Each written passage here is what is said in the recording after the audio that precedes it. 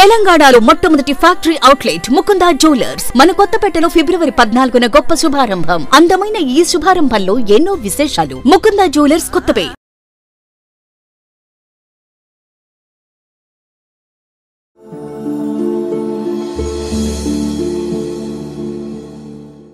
College పరిచయం పెద్దారితో మీకు ఉంది. మా నాన్న ఫ్రెండ్, ఆయన మా ఇంటికి వచ్చేవాళ్ళు. అవునా? ఆయన 2002లో చనిపోయారన్న. 2లో కాదు, 2010 11లో 2002 13th November 2002. కరెక్ట్ అన్న మనం 300 సార్లు ఆయన జీవిత చరిత్రను చదివినా నేను. అదే కరెక్ట్. నేను మనకు ఆయన గురించి తెలిసిన వాళ్ళల్లో నేనే హైయెస్ట్ నాకు తెలుసు, వాళ్ళ ఇంట్లో వాళ్ళకంటే కూడా. ఎందుకంటే ఇప్పుడు ఇంట్లో వాళ్ళకు ఆయన సాహిత్యం గురించి తెలియదు, ఆయన అలవాట్ల గురించి తెలియదు. నేను అన్నీ ఒక 100 మందిని ఇంటర్వ్యూలు చేశాను, వాళ్ళ ఇంటర్వ్యూలు రికార్డింగ్ చేసుకున్నాను. అంటే ఇది కాంటెంపరీ కదన్న, ప్రస్తుత 2002 అంటే ఒక 20 ఏళ్ల క్రితం జరిగిన సంఘటనలే కదా. వాళ్ళందరినీ కూడా, ఆయనతోటి పరిచయం ఉన్న వాళ్ళందరినీ కూడా మన సినిమాలో పెట్టాం. వాళ్ళతోటి మంచి ప్రయత్నం. ఆయన మిత్రమండలి అని కవి సమ్మేళనాలు కండక్ట్ చేస్తారు ప్రతి శనివారం. అవన్నీ మేము కూడా 3-4 వరంగల్, అప్పటికి వరంగల్ వచ్చేసినారు. వాళ్ళ ఇంట్లోనే మేము మిత్రమండలి కండక్ట్ చేసి అదే షూట్ చేసినాం మేము అక్కడే.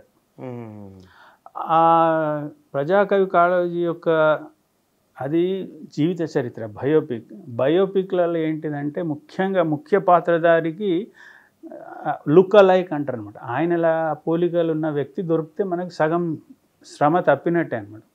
మన అదృష్టం కొద్దీ అట్లాంటి వ్యక్తి, సేమ్ ఆయన చనిపోయిన పుట్టినాడా అన్నంత పోలికలు ఉన్న వ్యక్తి దొరికినాడు ఆయన. దానివల్ల అద్భుతంగా సినిమా వచ్చింది. ఇప్పటికి ఆల్రెడీ 6 నేషనల్ అవార్డ్స్ వచ్చినాయి దానికి, ప్రజాకవి కాళోజీకి. సినిమా రిలీజ్ కాలేదు, అవసరం లేదు release. Rajasthan international film festival, Jaipur international film festival exhibit చేశారు, అనౌన్స్డ్. Okay okay.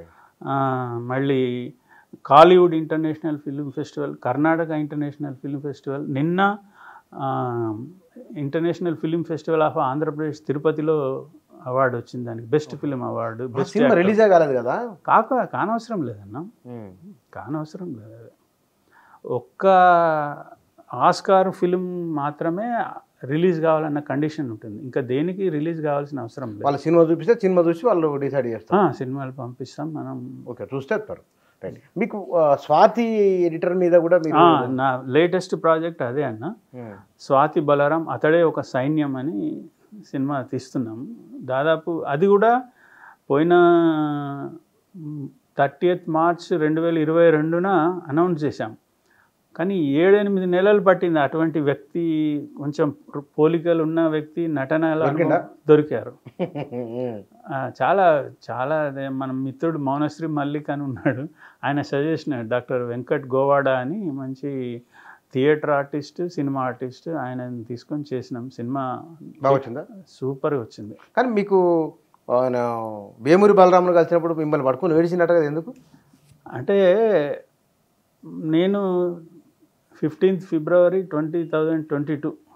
2022లో నవలల పోటీకి చివరి రోజు అని చెప్పి ఆ నవలలు సబ్మిట్ చేయడానికి వెళ్ళాను అక్కడ నా మిత్రుడు కలిమిశ్రీ అని మల్లతీగ ఎడిటర్ ఉన్నారు, ఆయనను తీసుకొని వెళ్ళిన. ఆయనకు పరిచయం అనమాట. నవల ఆఫీస్లో సబ్మిట్ చేశాము, లోపల సార్ ఉన్నారంటే అసలు ఎవరిని లోపలికి అలౌ చేయరు, ఎవరిని. బయట గార్డ్స్ ఉంటారు, విజయవాడలో బయట గార్డ్స్ ఉంటారు, దే డోంట్ అలౌ, సార్ లేరనే చెప్తారు. ఆ కలిమిశ్రీ ద్వారా పోయినందుకు మనకు లోపలికి ప్రవేశం దొరికింది. ఆయనకు అయితే మనం ప్రతి సంవత్సరం జైన్ ఇంటర్నేషనల్ ఫౌండేషన్ తరఫున ఒక కవికి కానీ, రచయితకు కానీ, ఒక కళాకారుడికి కానీ ₹1,00,000 బహుమతి ఇస్తాము. లక్ష్మీనారాయణ జైని జాతీయ సాహితీ పురస్కారం అని ₹1,00,000 ఇస్తున్నాం అన్నమాట.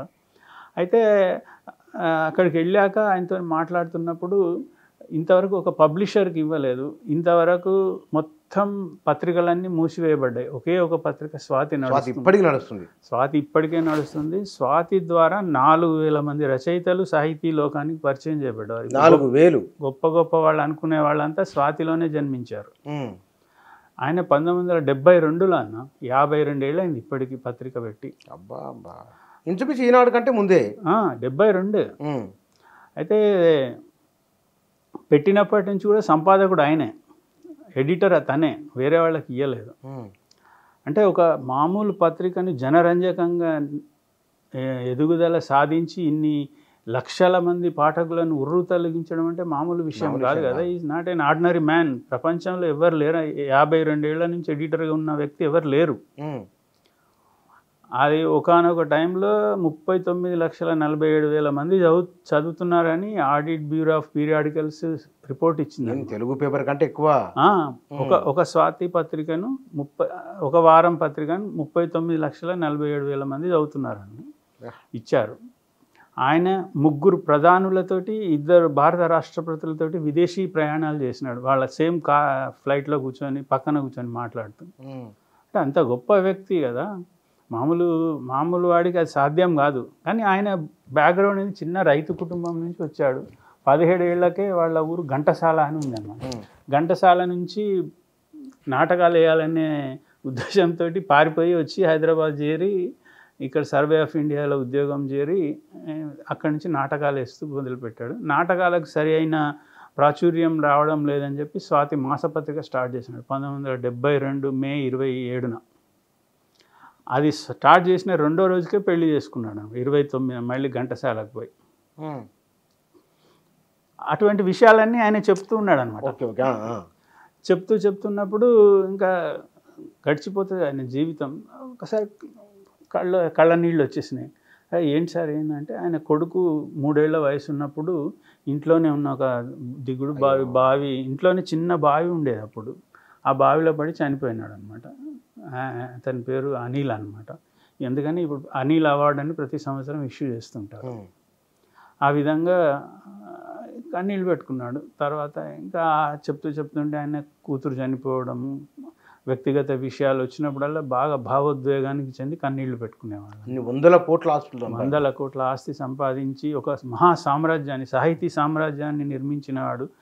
అయితే మనము ఆ రోజు ఆ విషయాలు చెప్పేసరికి ఇటు సాహిత్య రంగంలోనేమో అత్యున్నత శిఖరాలు అధిరోహించి వ్యక్తిగతంగా ఇంత బాధపడుతున్న వ్యక్తి జీవితాన్ని మనం ఒక సినిమా రూపకంగా చూపిస్తే అది భావితరాల వాళ్లకు ఒక మంచి గుణపాఠం, ఒక లెసన్ లాగా ఉంటుంది అన్నమాట.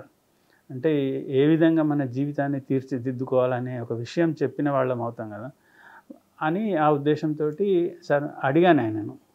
ఆయన ఒక గంట సేపు ఆలోచించాడు. ఇంటి లోపలికి పోయి వచ్చి సరే తీయండి అన్నాడు.